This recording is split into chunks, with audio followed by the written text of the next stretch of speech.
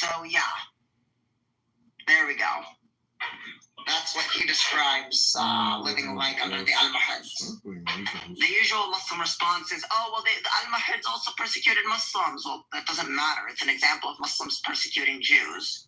That's the whole point. I mean...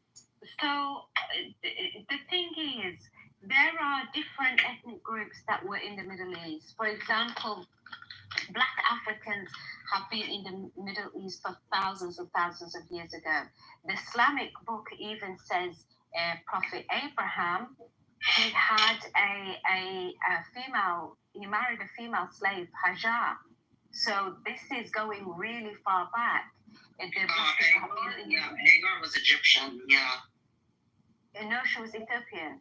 In the Hagar was from Egypt. Even the Islamic sources, Jewish sources, all talk about how she was from Egypt. Okay, so they had black slaves for a long time, but the black people within the Middle East, even after slavery, still did not have the status of the Jewish people. Even though the black slaves did convert, were Muslims, lived as Muslims, they still didn't have the level of prosperity as the Jews.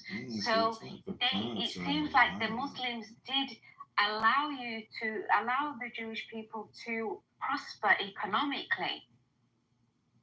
Okay, there was a tax, and there was probably some Jews that couldn't afford the tax, but there wasn't.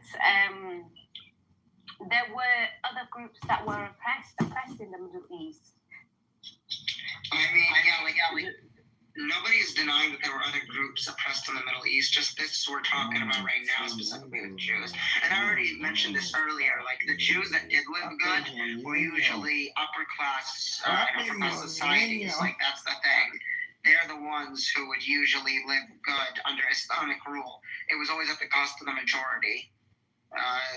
Like scholars like Helena Schrader talk about this in an interview that a guy called Baba Speaker's Corners interviewed her on the Crusades and like that, and she talked about like when the Muslims were like ruling the Crusader states, and same in other places under Islamic rule, like in Spain and all that stuff.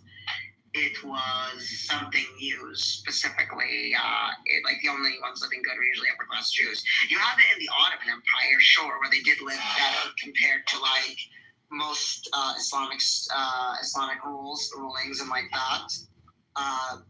But even in the Ottoman Empire, at best they were tolerated, and there's a difference between being tolerated and being given equal rights. So yeah, being treated equally. They still had the dhimmi status, but like the Jewish quarter was most of the time built next to the castle of the bey or the Ottoman leader of that region, and they were kind of protected because they were serving by doing jobs that no one wanted to do and being successful in those. They were also protected by the bey or the chief. For their services. So it's like a 50-50 situation. They didn't have equality still, but it has been acquired that they would be protected by the leader because they were at the service of the caliph or the Muslim leader of the place. It's because they were useful. I honestly think, I'm not trying to be offensive to the Middle East, but quite frankly, if I had a choice of where to go, the last people I would live amongst is Arabs, because they seem to have a degenerate way of living. God forgive me, but when it comes to, I'll give you an example. To criticize their own kind of things that they were brainwashed with. Once you lose freedom of speech, it is really hard to retain it because of these things. People cannot speak their minds, and if the government or the majority says something, they have to pretend that they agree, otherwise they will face consequences, and that kind of behavior will make that kind of ideology mainstream, and it is